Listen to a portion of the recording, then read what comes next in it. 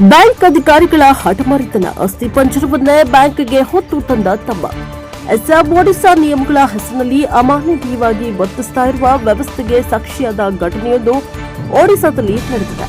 ಸತ್ತ ವ್ಯಕ್ತಿಯ ಖಾತೆಯಲ್ಲಿದ್ದ ಹಣವನ್ನು ಪಡೆಯಲು ಬ್ಯಾಂಕ್ ಅಧಿಕಾರಿಗಳು ಡೆತ್ ಸರ್ಟಿಫಿಕೇಟ್ ಕೇಳಿದ್ದಕ್ಕೆ ಅಕ್ಷರ ಜ್ಞಾನವಿಲ್ಲದ ಬಡ ವ್ಯಕ್ತಿಯೊಬ್ಬ ತನ್ನ ಸಹೋದರಿಯ ಅಸ್ಥಿ ಪಂಜರವನ್ನೇ ಹೆಗಲ ಮೇಲೆ ಹೊತ್ತು ಬ್ಯಾಂಕ್ಗೆ ಬಂದಿರುವ ಘಟನೆ ಈಗ ಸಾಮಾಜಿಕ ಜಾಲತಾಣದಲ್ಲಿ ಭಾರಿ ಚರ್ಚೆಯಾಗ್ತಾ ಇದೆ.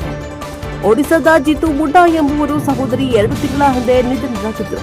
ಅವರ ಬ್ಯಾಂಕ್ ಖಾತೆಯಲ್ಲಿ ಸುಮಾರು 19,300 ರೂಪಾಯಿ ಹಣವಿತ್ತು. ಬಡತನದ ಬೇಗೆಯಲ್ಲಿದ್ದ ಜಿತು ಮುಂಡಾಗೆ ಈ ಹಣದ ಅಗತ್ಯವಿತ್ತು. ಬ್ಯಾಂಕ್ ಅಧಿಕಾರಿಗಳ ಬೇಡಿಕೆ ಹಣ ಹಿಂಪಡೆಯಲು ಬ್ಯಾಂಕ್ಗೆ ಹೋದಾಗ ಅಧಿಕಾರಿಗಳು ಸಹೋದರಿಯ ಮರಣ ಪ್ರಮಾಣ ಪತ್ರ ನೀಡುವಂತೆ ಸೂಚಿಸಿದ್ದಾರೆ.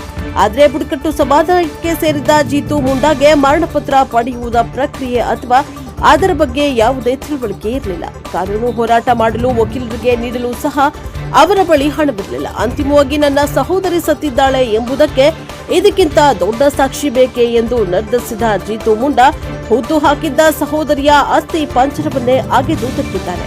ಬಟ್ಟೆಯಲ್ಲಿ ಸುತ್ತಿದ ಅಸ್ಥಿ ಪಂಜರವನ್ನ ಹೆಗಲ ಮೇಲೆ ಹೊತ್ತು ಸುಮಾರು 3 ಕಿಲೋಮೀಟರ್ಗಳಿಗೂ ಹೆಚ್ಚು ದೂರ ನಡೆದು ಬ್ಯಾಂಕಿಗೆ ಬಂದು ಅಧಿಕಾರಿಗಳ ಮುಂದೆ ಇಟ್ಟಿದ್ದಾರೆ.